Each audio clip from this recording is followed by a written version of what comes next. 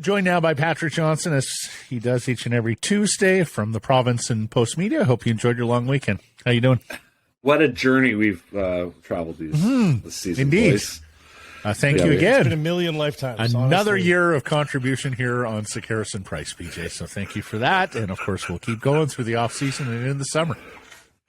We'll start with Bo Horvat. Yeah. Did you interpret the comments as disrespectful to Canucks fans? Do you think it was a shot at the quietness of the building, the Canucks' inability to build a winner or a playoff team? And what did you make of him walking them back? Well, the walk back wasn't a surprise.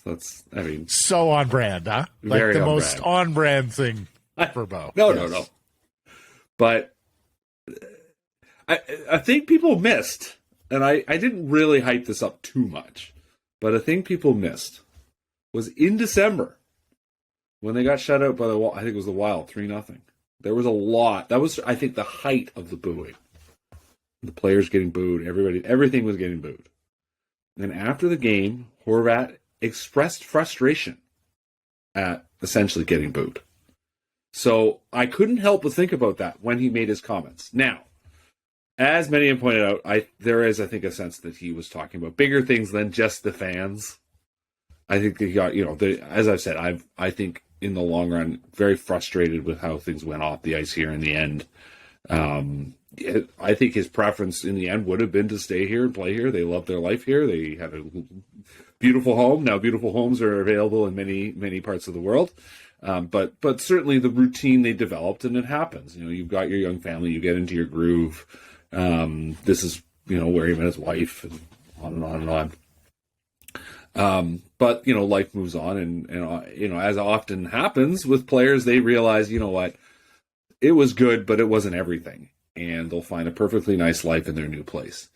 And, yeah, I think in the end it was a bit of everything. I think it was, he's clearly happy there. The team's competing for the playoffs. They're fighting for the playoffs. They're getting something he rarely had, which is a playoff chase even. And you're playing to the crowd. As I said, it's New York. Everywhere sucks. That's not New York. Could you make the argument that what he said is actually more egregious, though, than anything that Ryan Kessler or Pavel Bure did to spur on their... Like, it was all just assumed and inferred, I thought, the Kessler and Bure split with this city and why they needed to say sorry before they got inducted and that sort of thing, This is far more explicit, and I use that word loosely, than any of the other two. Sure, and like I said, I go back to what he said in December, and I think there was frustration with fans. We're doing what we can. This isn't about us. Why are you booing me? What about the guys upstairs? And he was, any player doesn't want to see their jersey get thrown on the ice. I think there was just such a level of frustration. That's how he spoke, how he felt. It was the raw emotion, and he came off the ice and he said, "I love this place. This is great." They cheer, and the first day that he arrived, he said it. He said that too. Yeah, he said, "No, I don't think that's ever happened before," which isn't quite true, but not like that. Like, it was pretty impressive when they were chanting his name after he scored his first goal of the season, or first goal as an Islander. So I can appreciate why he might have some affinity for the new place. Does anybody buy that he got caught up in the emotion? No. And that it slipped out? Because to me, he was a pretty calculating speaker and communicator when he was here. I could see that where he was like, I wasn't as calculating as I normally might be, but I think he was probably thinking it long in advance, but actually pushing it out of his mouth. Yeah, I can buy that the emotion allowed that to happen. Exactly. That's what I mean. Oh, it's great. I love New York fans. By the way, by the way part was the emotion. And I tell you that for free part. I know. I was just going to say that he punctuated it with, "I'll tell you that for free." Free. Grandpa Bo with an old timey, he's such an old. Hey, you know what? I just go with the thing in the end. Like the guy, I got along really well with Bo. We had good conversations, very thoughtful, very kind of straight and narrow. in a league that is, I mean, I'm not the first person who said this, but in a league that is so desperately lacking in personality. I mean, of course, people are going to get upset at someone showing personality. So good for him. That's what I say. Yeah, no, exactly. Like, I'm all for it. I'm all for more dramas off ice, basically. I mean, my question now is, will he get booed next year? Yeah, I think he might now. I think there's a really good chance. I think by the time that rolls around, guys, we're months down the road, all's forgotten. You think? We'll see. Yeah. We'll see. Okay. That'll be a free poll. Hey, here's a free one for you guys. Poll question that day. Hey, maybe we'll just recast today's poll on that. There you go. Well, what do you think? I'm still of the belief the Canucks failed Bo more than Bo failed the Canucks. Oh, but yeah. Do you think he was a good leader here? Yeah, I think. I mean, it's an interesting question. I think. What is a leader? Certainly we saw the performance in tough times. He had become a guy that when you needed a goal, he would get you a goal. You think about how he played in the bubble playoffs. There was a guy that proved to be a big game player. Now, I understand why people get frustrated. He never blew anybody up. There was never a big hit. You never hit a guy when he had a chance. Not inclined to sort of drop his gloves, but not every guy is. And certainly that's not how you win the game. But a guy that cared and a guy that put his all out there every day. And certainly, I think one of the things was, when they drafted him, the Gillis, Eric Crawford regime, I think, at least one person at that table said, I think we've drafted our future captain. I've been told. So there was a long-standing belief that part of the reason why you were getting him was for character and attitude and sort of effort purposes. And in the end, the team didn't win enough. That's not really on him. That's on how the team was built. And obviously having the second season as captain where the owner pulls the rug out from under management and says, you guys can't spend any money. They lose. And so they lose Markstrom, they lose Tanev, they lose Toffoli, they lose Stetcher. The only thing that can kind of make work is bringing Schmidt in as sort of we got to have someone, and signing Hamonic. Well, we got to have someone. That season more than anything, I think, and then you think about how everything went with the team getting COVID. That season more than anything, I think, sort of spelled the end of, or sort of foreshadowed the end of something, whether it was going to be Horvat or another player. Someone was always going to end up going, from that They point chose on. to trade Horvat over signing him and trading Miller. Right. Does that mean that there's no part of you that thinks that JT Miller will be traded before July 1st? I mean, because if we follow that line of thinking, and a lot of people agree with that, why would they trade JT Miller? Well, I do. I think I go with what I originally said last September when they signed Miller, which is that they've made a choice. Like, this is a choice. And they've decided that the style of leader that Horvat is, the type of player that he is, they don't see the value. And they saw more value in Miller. Now, I don't necessarily agree with that. I think Horvat, in terms of his ability to win faceoffs, I think he was better defensively than he was given credit for, but not a star. Like, he was never an amazing two-way force. But like I said, there was something to his game that helped you a lot. I think Miller is a fine player, but not amazing defensively either. So there was a choice, but obviously a very different character, a much more, I think, explosive personality. And whether the question forever is going to be, can that possibly, I mean, he's 30 years old. Can that possibly be reined in? I don't think it will be. This is a guy that they've chosen to go with. There's going to be, I don't know, people say, well, will there be consequences? I don't think there's consequences. In the end, like I said, it's a choice. This is the direction of the team. And we'll see where this ends up. But certainly, I don't think you're ever going to have both guys. And now I just don't see them moving on from Miller. It could happen. You never say never. It could yet happen. They obviously tried to make it happen. But we'll see. I think, yeah, I mean, they got reasonably far down the line with Pittsburgh, and they also now must consider signing Elias long-term after committing more cap dollars, not getting rid of them, as they have said hoped to do for 2 years, but have done the exact opposite. We'll have ample time to discuss JT Miller and a potential trade going forward, Patrick. You'll be pleased to know. Oh, thrilling.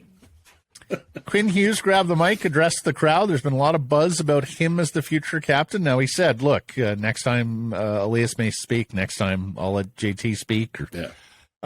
So he didn't want to he didn't want us to read too much into it, but should we?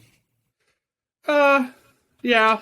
It was funny. I was there. Transfer was really trying to understand, how did this happen? And Quinn literally said to him, "You're making too much of this." But it was good. It was a great back and forth. Quinn was in the zone. It was one of those ones where, in a season like this, you could understand how they get tired of the media, and certainly Elias Pettersson's gotten tired of us. Miller has his own way of, Miller. We talk to Miller a lot, and he seems generally willing to, but he will, generally give you a barb here or there. But Quinn was on a buzz. Like, there was something going on there that he was feeling good about. And, I think I said it 3 weeks ago here. I thought maybe he was going to be the captain. Just in terms of his, we saw going into Pride Night, the thoughtfulness of his comments that were kind of off the cuff, where he didn't actually realize Pride Night was this week. But he had some very I thought thoughtful, well considered points. I asked him, we were sort of digging away, trying to kind of understand what are things here. And there was, I asked him something about, because he had sort of told the guys, get the sticks, that we're going to hand out or whatever. And it was Demko and McWard, because they were the star. He said, well, because they were the stars and they were right over by the bench.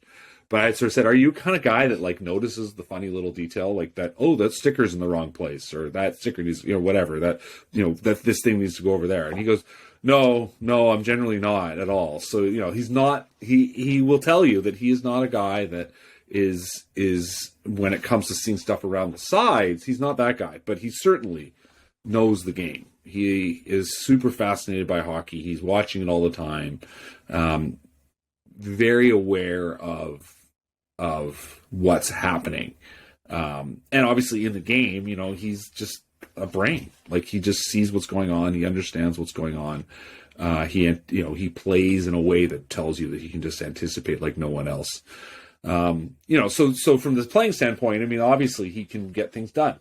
And then I think from the speaking standpoint, more and more we're seeing that. And, obviously so much of the C is just the spokesperson, that the leaders of the group, Rick Tocchet has talked a lot about Thatcher Demko being an influential leader. And, I when he first brought it up, I half thought about joking about, well, we've already had a goalie captain here, so why not again? Yeah. But, that's not going to happen. But the point is that the C, there's sort of a representational public version of it. But when it comes to your team, the C is one of several. And so if you're picking a guy that's going to do all the public speaking, and that's what the C means, I think Quinn Hughes would be a perfectly fine choice. Certainly he is a player that clearly is putting his stamp on sort of the attitude and mentality of this team. And he wants, in the end, his forthright comments was they want to be a playoff team. That's he's not the first guy to say that, certainly in this market. But there is an understanding, an appreciation, and a passion for what needs to happen here. Quick scouting report on McWard and Hirose. I think Hirose clearly, has intelligence of the game. You've seen some smart stuff. The question is, can he sustain it? But certainly there's potential there. McWard, I think the sort of physical element of him is something the team really likes. He's a big kid, and getting the goal in was good. Yeah, we'll see. It's tough to say. It's mostly garbage time, so it's tough to say. It's the energy is there, the buzz is there, the dream is there, and you can see why at least they're going to be professionals. That's the energy for these two players. The rest of the players less so. My goodness. We saw that last night, right? That was holy crap. I was, yeah, that was one of the poorer games we've had this year, if not the worst. Did Coach not say checked out last week? He used the phrase. Yeah. So and I mean, that was something, and that's inevitable. And I asked him, listen, he goes, I hope not. But you're like, come on, there's 10 days to go in the season. Guys have played every other day. And they didn't make the playoffs. Hirose and McWard, I'll tell you one damn thing. They need good summers. Yeah. Good summers. We all do, Matthew. Oh, yeah. Don't we all? All right. Lastly, we're going to play some rapid fire. Let's do it. Both of you. It's on Canucks statistical milestones here in the couple of games that are left. All right. Okay. Need yes or no's. Nothing more. Yep. All right. Elias Pettersson, 100 points. He's at 99. Yes. Yes. Elias Pettersson, 40 goals. Yes. He's at 38. Yes. So 2 goals Yeah. in the last 2 games. No. Andrei Kuzmenko, 40 goals. He's at 38. You need to play to score. No. No. JT Miller, 80 points. He's at 78. Yes. Yes. Quinn Hughes, 70 assists. He's at 66. Nope. No. Oh, thought one of you might be fun there. They're not playing. The team's not playing. He can make a spectacular pass. The guy on the other end's like, meh. It's not going to happen. Patrick, thank you for indulging us. We'll catch up next Tuesday. Take care, guys.